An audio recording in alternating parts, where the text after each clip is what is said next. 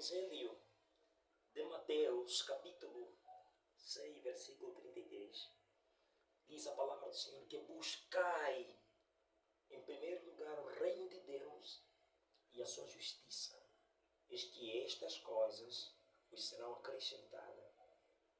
Estas coisas, falando no contexto passado, quando os discípulos perguntaram o que havemos de comer, o que havemos de vestir, o que havemos de beber, o Pai sabe. De sorte que Jesus Cristo, lá em Mateus capítulo 4, ao dizer que não só do pão viverá o homem, mas de toda palavra que sai da boca do Senhor. Pão, o alimento físico, o Pai sabe o que havemos de comer, o que havemos de vestir, o que havemos de beber. Então, mas ele dá ênfase aqui em Mateus 6, que buscamos em primeiro lugar o reino dele e a sua justiça. Buscar o reino, o governo de Deus e a sua justiça. Quem é a justiça de Deus? É Jesus. Romanos capítulo 3, no seu versículo 21, diz a Bíblia que agora se manifestou a justiça de Deus sem a lei, que é Cristo Jesus. Jesus é a justiça de Deus. Colossenses 1, 2 fala que nele, em Cristo, habita corporalmente toda a divindade do Pai. Então, quando nós ouvimos as palavras de Jesus, encarnamos as palavras de Jesus, praticamos as palavras de Jesus, nós estamos a buscar a justiça do reino de Deus. Ele que diz: arrependei-vos do pecado, porque é chegado o reino. Então esse reino traz em nós o perdão do pecado, a paz com Deus, a justiça do reino de Deus em Cristo Jesus. Ele disse na sua palavra, em Mateus capítulo 7, versículo 24, todo aquele que escuta minhas palavras e as pratica, será semelhante a um homem sábio que construiu a sua casa sobre a rocha.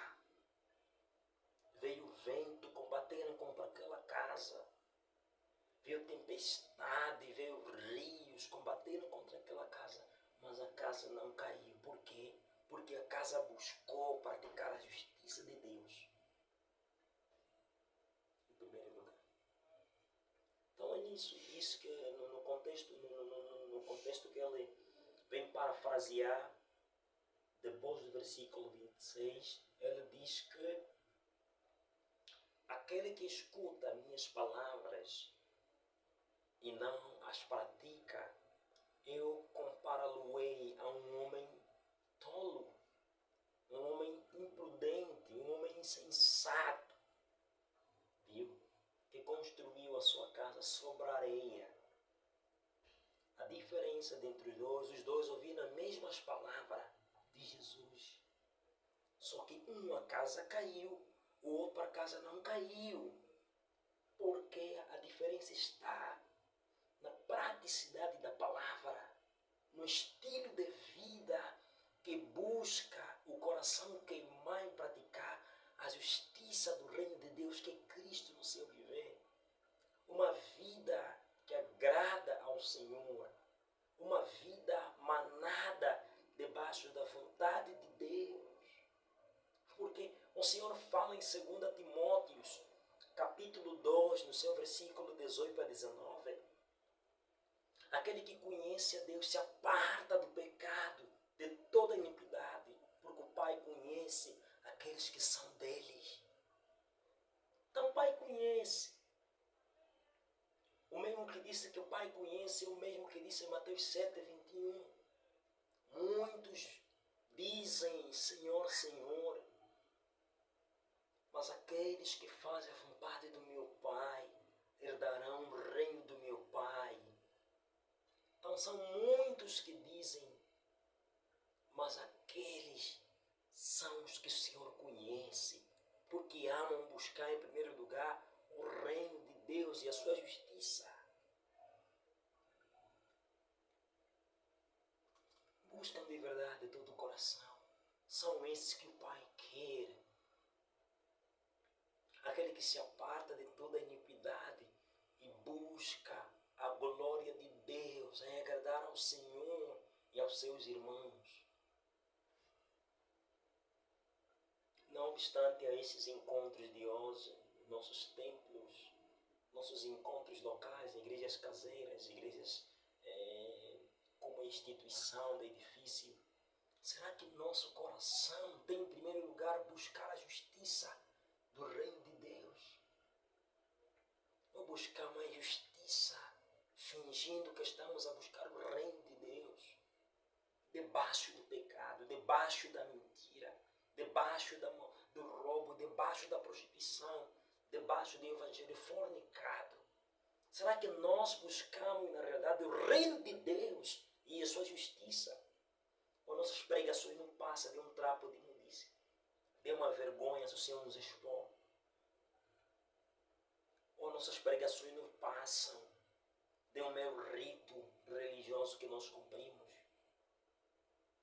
Será que o nosso coração está disposto a morrer por Jesus, a entregar tudo por Jesus sem reserva, em dar o nosso coração para Cristo, a fim de nós vivermos para a glória dEle, para Ele, por meio dEle? Estamos mais preocupados com a nossa imagem, não é? Com a nossa parte externa, mas enquanto no interior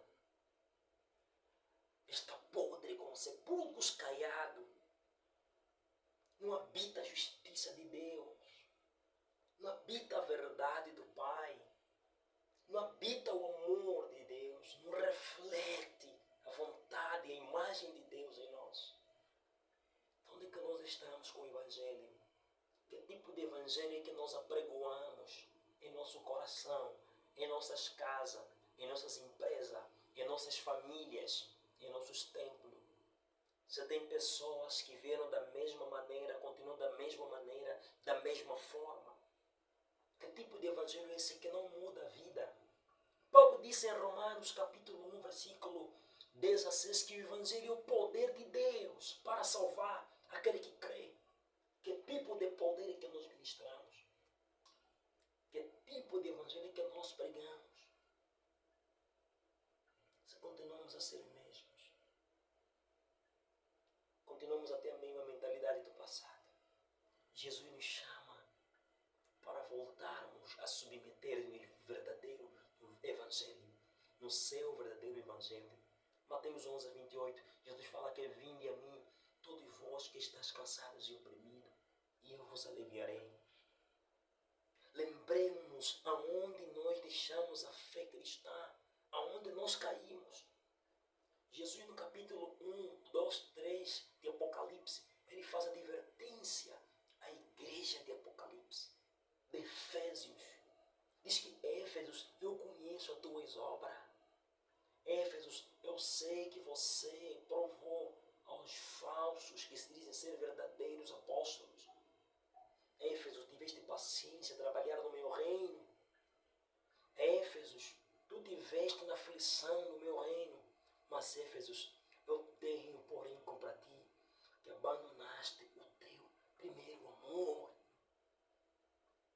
Pregadores, pastores, líderes espirituais, irmãos cristãos espalhados por toda parte da terra, lembra de onde você caiu, volta a praticar a justiça do reino de Deus, volta no caminho estreito, volta a ser piedoso, volta a ser santo, volta a ser justo, volta a ser honesto, volta a ser temente ao Senhor, volta a levar uma vida que agrada ao Senhor, largando o pecado escondido, largando sepulcros caiados, que por fora está bonito que é servo de Deus, que é serva de Deus, enquanto no interior está cheio de ossos podres, ossos de morto, sepulcros caiados. Arrependei-vos do pecado, arrependamos-nos, irmãos, do pecado, voltamos a fazer a vontade de Deus, em Cristo Jesus.